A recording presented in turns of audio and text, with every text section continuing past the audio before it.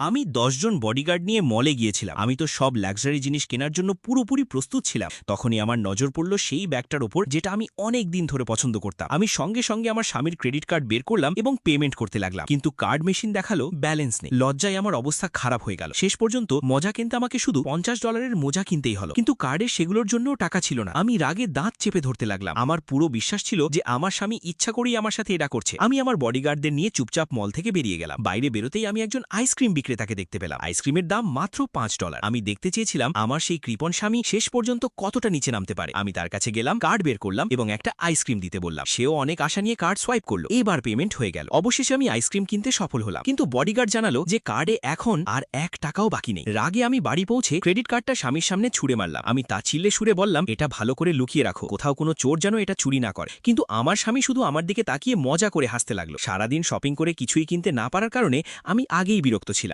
ভালো বিষয় ছিল, কাজের মেয়েটা আমার পছন্দের পাস্তা বানিয়ে রেখেছিল। আমি পুরো পাস্তা খেয়ে ফেললাম এবং রুমে যেতে লাগলাম। তখন স্বামী বলল, আর একটু খেয়ে নাও। আমি ঠান্ডা গলায় বললাম, রাগেই পেট ভরে গেছে। তার মুখের সেই অহংকারী হাসি দেখে আমার রাগ আরো বেড়ে গেল। তারপর সে জানালো যে কাল আমাদের তার গ্রামের বাড়িতে যেতে হবে। আমি মনে মনে ঠিক করে নিলাম যে তার মাকে অবশ্যই বলবো যে সে আমার সাথে কেমন ব্যবহার করে। আমরা তার মায়ের বাড়িতে পৌঁছালাম। ভিতরে যাওয়ার আগে সে আমাকে সতর্ক করে বলল, কোনো নাটক করো না। কিন্তু আমি কি আর তার কথা মানার মানুষ? আমরা ভিতরে ঢুকতেই তার মা ভালোবাসা নিয়ে আমাদের কাছে এলেন। আমি সঙ্গে সঙ্গে তার কাছে গিয়ে হাসি মুখে বললাম, মা, আমি একটা স্কার্ফ দেখেছিলাম যেটা আপনার উপর খুব ভালো লাগবে। তারপর আমি ইচ্ছে করেই সেই আইসক্রিমের বাক্সটা নিচে ফেলে দিলাম। তখনই আমার স্বামী বুঝে গেল যে আমি তার বিরুদ্ধে অভিযোগ করতে যাচ্ছি। আমি নিচু হয়ে আইসক্রিম তুলতে লাগলাম এবং আবেগী হওয়ার অভিনয় করে বললাম, এই ছোট্ট স্ন্যাক্সটা উনি আমার জন্য কিনেছিলেন। কার্ডে শুধু এতটুকু